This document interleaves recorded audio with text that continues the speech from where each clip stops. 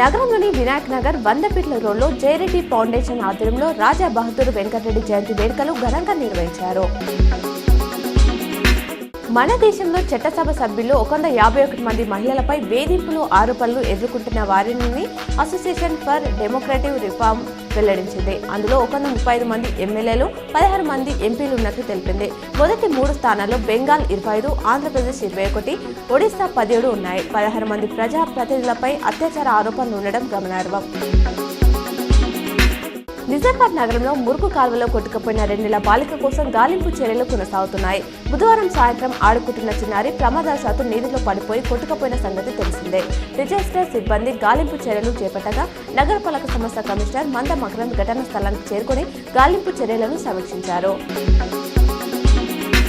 Regional ring road దక్షిణ భాగం భూసేకరణను నేటి నుంచి ప్రారంభించనున్నట్లు మంత్రి కోమటిరెడ్డి వెంకటరెడ్డి పేర్కొన్నారు. ఉత్తర భాగం భూసేకరణను వచ్చే నెల 15 నాటికి పూర్తి చేస్తామన్నారు.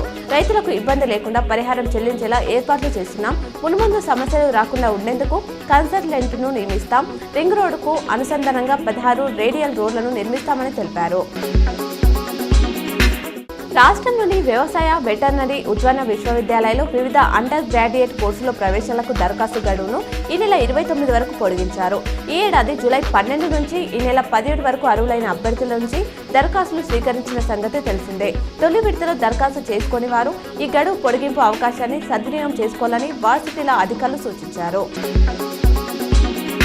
ప్రభుత్వ ఆసుపత్రులు జ్వరాల బారిన పడిన వారితో కిటకిటలాడుతున్నాయి. డెంగ్యూ కేసులు పెరుగుతుండడం ఆందోళన కలిగిస్తుంది.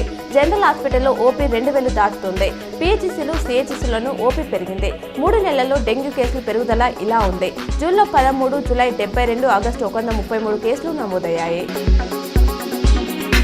సీఎం రేవంత్ ఈ రోజు సాయంత్రం ఢిల్లీకి వెళ్లనున్నారు. ఏఐసీసీ ముఖ్య నాయకులతో ఆయన భేటీ అవుతారని సమాచారం. రాష్ట్ర కాంగ్రెస్ చీఫ్ నియామకంతో పాటు ఏఐసీసీలోనూ పలు మార్పులు చేయాలని అధిష్టానం భావిస్తున్నట్లు తెలుస్తుంది.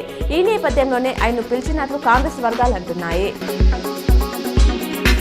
మెగాస్టార్ చిరంజీవి తన పుట్టినరోజు సందర్భంగా ఇవాళ ఉదయం కుటుంబ సభ్యులతో కలిసి తిరుమల శ్రీవారిని దర్శించుకున్నారు. సుప్రభాత సేవలో ఆయన పాల్గొన్నారు. అంతకుముందు ఆయనకు ఎమ్మెల్యే ఆర్ఎన్ శ్రీనివాసులు, దేవాదాయ శాఖ మంత్రి అన్నం రామనారాయణ రెడ్డి స్వాగతం పలికారు. రుణమాఫీకి సంబంధించి ఎలాంటి ఆంక్షలు లేకుండా రైతులందరికీ రుణాన్ని మాఫీ చేయాలని డిమాండ్ చేస్తూ గురువారం నిజామాబాద్ జిల్లాలోని అన్ని నియోజకవర్గ కేంద్రాలు బీఆర్ఎస్ తరఫున ధర్నా కార్యక్రమాన్ని నిర్వహించనున్నట్లు జిల్లా అధ్యక్షుడు జీవన్ రెడ్డి తెలిపారు.